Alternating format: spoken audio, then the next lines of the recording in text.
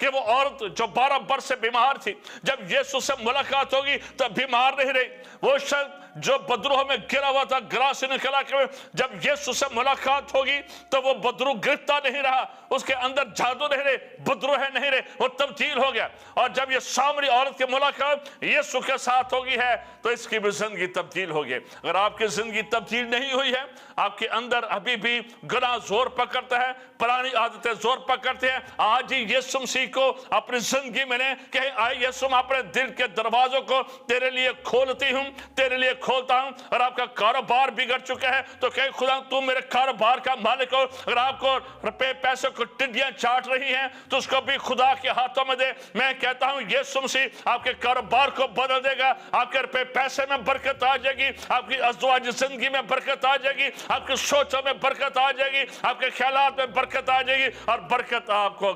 گھیرا ڈال